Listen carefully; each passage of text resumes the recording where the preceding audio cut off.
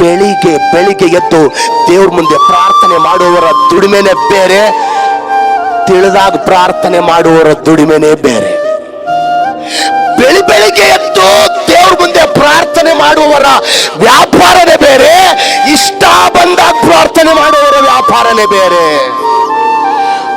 ಬೆಳಿಗ್ಗೆ ಎದ್ದು ದೇವ್ರ ಮುಂದೆ ಪ್ರಾರ್ಥನೆ ಮಾಡಿ ಓದುವವರ ಓದೇ ಬೇರೆ, ಯಾವಾಗ ತಿಳಿದಾಗ ಪ್ರಾರ್ಥನೆ ಮಾಡುವವರ ವಿದ್ಯಾಭ್ಯಾಸನೇ ಬೇರೆ.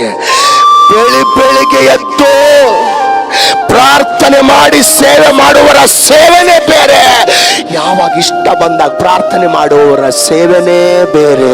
ಒಂದು ಮಾತು ಹೇಳ್ತೀನಿ, ಯಾರು ಈ ರಾತ್ರಿ ಪ್ರಾರ್ಥನೆಗೆ ಮೊದಲೇ ಸ್ಥಾನ ಕೊಡ್ತೀರೋ, ದೇವರವರು ಈಗ ಪತನದ ಸ್ಥಿತಿಯಲ್ಲಿದ್ರು ಕೂಡ ದೇವರು ಈ ರಾತ್ರಿ ಮೇಲೆತ್ತುವ ದೇವರಾಗಿದ್ದಾನೆ.